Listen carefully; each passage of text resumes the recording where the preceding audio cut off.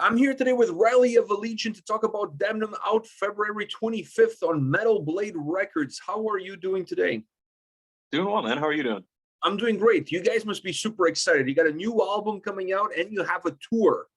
Life is Yeah. starting to get busy again for you guys. Yes. Yeah. Album comes out Friday. Tour starts Saturday. So it's going to be a busy month for us coming up here in March. I'm excited to get back on the road and get this music out to everyone. So before we talk about the record, let's just talk briefly about this tour. How much excitement is running through your veins that you're finally going to be able to go back on stage again after such a long period of absence? I'm really excited, man. It's been over 2 years since we've played a show. The last time that we played was in like November of 2019. So it's equal parts, I think, excitedness to get back out on stage and play shows and do what we're best at, and a little bit of nervousness to shake off some of the cobwebs. But I think that after the first show or two, it'll be like we never stopped. Yeah, and it's a killer tour with Omnium Gatherum and Black Crown Initiate. I mean, you guys are going to absolutely destroy it, I'm sure of. I'm planning on seeing you guys at the Toronto stop. It's early on. I think it's early on in the tour. So looking forward to that. How much from this new record can fans expect? During this tour? Yeah, like 2 or 3 songs. Definitely want to showcase it, but at the same time, since the album is going to be so new, you know what I mean? We want to give people time to digest it a little bit. We're planning something for, early summer, and I think that that's going to be the tour that we play. Most of the stuff in the set list is going to be from Damnum, with a few classics kind of scattered throughout it. But for this one, because the album is so new, we don't want to just like bombard people with a bunch of music that they've never heard before in a live setting. Sounds good. Sounds good. So what is the starting point for you guys when it comes to putting a record together, specifically this one, Damnum? Yeah. We always start with the music. So it's usually, the way we've done it in the past is that Greg or Michael will come to us with like a mostly completed song. And then everybody just kind of puts their parts on top of it from there. With this album, we took a much more collaborative approach where they would come to us with a completed song, but then everybody would listen to it front to back and everybody would give notes or feedback on, I like the way this part sounds. What if we tried this going into the next part? Or what if we added this? Or what if we took this away? And then once we all kind of landed on a, mutual agreement of how we felt the music was best organized, then everybody kind of came in and started adding their own individual parts. And then we would just rinse and repeat that process every time a new part would come in, right? So Jeff would write his drums and then we'd all listen to it and be like, oh, I like this, but like maybe this doesn't quite fit the feel. Or, I would write my vocal parts and it would be like, okay, like I like this part, but maybe like this style of vocals doesn't quite fit on this part. And we would just kind of like back and forth and back and forth. So this album was very, very collaborative. Taking everybody's creative input into consideration while the songs kind of grew into their final forms. When you're looking at the tracks and you're looking at the track listing, is there still room during that process to tweak a song a little bit here and there in terms of how you're going to transition from track to track so you make the overall album flow a lot better, or when you get to that point, you're pretty much done with it? Yeah, no, absolutely. I mean, we try to set it up in such a way so that it's like all the songs are done, pre-pro recordings on all the instruments have been recorded or programmed in the case of drums. The track listing has been figured out and put together, and we usually have all of that stuff done before we even go into the studio. So always room to make last minute changes or little tweaks and adjustments before we actually hit the studio and before Dave Otero kind of puts his finishing touches on it. So you said that this was a more collaborative album. Did that add more challenges to the making of the record, or did it make everything a lot easier for you guys? It did at first add some more challenges for sure. We had just never really done an album this way before. And so, getting used to receiving, creative criticisms and constructive criticism getting used to going back and making changes to songs and doing all that kind of stuff. Definitely had a little bit of growing pains at first, but it's something that we got over very quickly. Like maybe after the first month or so of doing it, we kind of all settled on how we would address issues. One of the big things that we made sure to do was to be like, if you have a criticism, you also need to have a suggestion of like how we should change it. Like, no listening to a part and just being like, yeah, this part sucks, or oh, I don't like this, and then just leaving it at that. Because that's how you end up, having butting heads and resentments and all that kind of stuff. So it was important for us to establish pretty early on, like, hey, if you don't like a part, you need to also come up with a suggestion to make it better. So that's kind of where we ended up with that. Do you look at growth and creativity as far as the band is concerned, and as far as this record goes, as two interchangeable dynamics that come, like the two drive each other? Yeah, I'd say so. I'd say that we never really write inside of a box,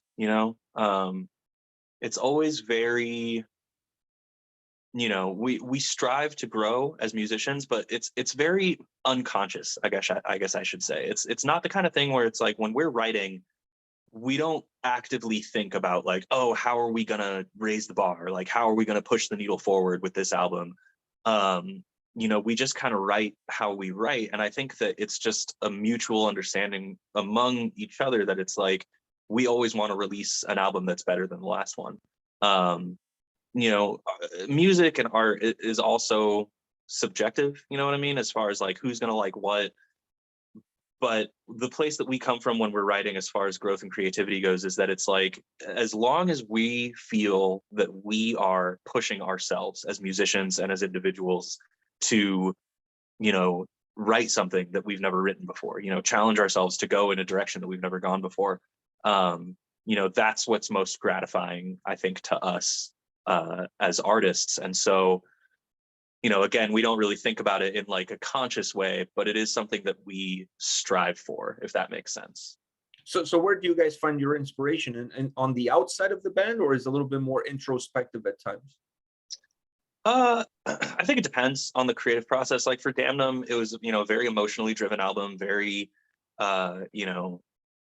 very much an outlet for all of us. So I think that, inspiration for this album came very much from, within the individuals that were writing it. But, Allegiant has always been like, prior to this album, very rooted in science and all that kind of stuff. So it's like, we would hear about a cool scientific theory and get inspired to write that. I know Greg sometimes will write songs from the perspective of like, oh, I want to, represent through music like a volcano erupting or something like that. And then like kind of, make the music be like, okay, well, this is while it's surging up through the ground, and this is the eruption, and this is the pyroclastic flow underneath. Like, so it really just depends, I think, on who's writing what and what the subject matter is. But for Damnum, I can definitely say that it was a much more, inside pouring out type of inspiration and creative process for all of us. One of the aspects of this record that blew me away is that you guys were able to make a 60-minute record sound like 30 minutes, or feel like 30 minutes. How do you do that? How do you make an album that has that sort of length feel seamless? I think it's a lot of it just has to do with how the songs are structured. The placement of the songs. A lot of it, I think, also has to do with just like, how songs lead into each other, how the dynamics of the songs are structured, right? So it's like everything maintains high energy. And when that energy dips down, it's not long enough for the listener to lose interest. You know what I mean? So it's a lot of back and forth compositionally by maintaining different energy levels throughout the song, having the songs flow into each other in a certain way, having even the dynamics within the song flow into each other within a certain way, so that the listener is always engaged. Again, I don't think this is necessarily something that we actively strive to do. Like, it's not something where we were like, oh, this part needs to be, more engaging or something like that. But I think that, as we listened to the songs and as we, each gave our feedback, a lot of the fat got cut, where it was like, oh, maybe like shorten this solo section, or maybe like instead of doing, an additional refrain on the verse here, let's just like cut it and go straight into this next chorus. And I think that through doing a lot of those things, it allows the listener to stay engaged and interested. And I think that that's kind of what contributes to that, oh, this album felt like it went by really fast, despite the fact that it's 60 minutes, which I'm glad for, what I mean? I feel that it gives the album a lot of, you can re-listen to it a lot. Well, yeah. It adds to the playability of the record, because by the end of it, you don't feel like you've been listening to an hour. So you're ready to go back again and listen to it for another hour. So it's the beauty of the record, it's the gift that keeps on giving from that perspective. It just has incredible playability. And when you look at the diversity that this album has, you're even more shocked, or you're more at awe with that playability, because you guys didn't create a record that follows the same pattern, song in and song out. I felt like you guys were putting me through a little bit of a roller coaster ride as I'm going through these 12 songs. Was it hard to manage the context of these songs with the diversity that they have in the overall design of the album, or did it come really easy for you guys? I would say it came pretty naturally. I think that it's just that, by the time that we got to the point where it was like, all right, let's arrange these songs, let's settle on their final versions and stuff, we had already just become so familiar with them just from listening to them over and over and over and over again, and writing to them and doing all this kind of stuff, that by the time it came to, get everything organized and structured, it just felt, like a natural next step. I have to ask you this question, because maybe I'm getting a little bit too into the weeds, because when I listen to an album like this, you start to peel the layers and you try to discover all of these intricacies that goes into making an album. I feel like you guys created a record that left me some breadcrumbs throughout the entire experience. Like, you hear some element in the first song that then you're going to hear a very similar element in song number 5. And like that, there's a lot of things that really connect the album. Do you see it that way, or is just me looking at something and seeing something that doesn't exist? I don't think that there was any like specific intentional thematic continuity. Like I don't think there was ever a point in the album writing process where we were like, oh, let's, we have this one motif, let's bring it back 3 or 4 songs from now and slightly alter it. We did that with like Proponent for Sentience. Proponent for Sentience 1, 2, and 3, play together seamlessly despite being separated by 3 or 4 tracks on the album, and there's repeating motifs and all that kind of stuff. But for Damnum, we didn't so much do that. However, the overall theme of keeping things very like dissonant and keeping things very dark and maintaining that dynamic throughout the album was definitely something that we were very mindful of. So I can see how certain types of dynamics might be resurfacing throughout the album. But no, there was no intentional usage of specific motifs that kind of made their way throughout different songs.